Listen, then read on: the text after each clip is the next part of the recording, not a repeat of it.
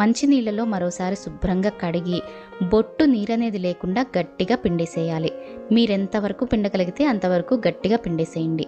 ఈ సొరచేపని ఇలాగే క్లీన్ చేయాలండి. అప్పుడే దీనికి ఉండే నీసు వాసన అనేది కంప్లీట్గా పోతుంది. ఇలా అన్ని ముక్కల్ని శుభ్రంగా కడిగి గట్టిగా పిండేసి ఒక బౌల్లో వేసుకోండి. ఇప్పుడు వీటిని ఇలా పొడి పొడిగా విడదీసి పెట్టుకోండి. మిగతా చేపల్లాగా ఇందులో ముళ్ళేం ఉండవండి. ఒకే ఒక బోన్ ఉంటుంది, అది కూడా సాఫ్ట్గానే ఉంటుంది. సో తీసేనక్కర్లేదు.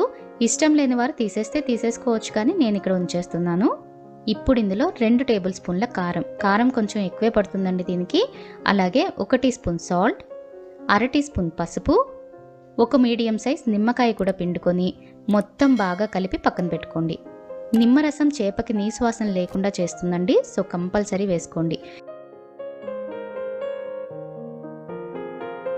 ఇప్పుడు ఒక వెడల్పాటి కడాయి పెట్టుకొని ఇందులో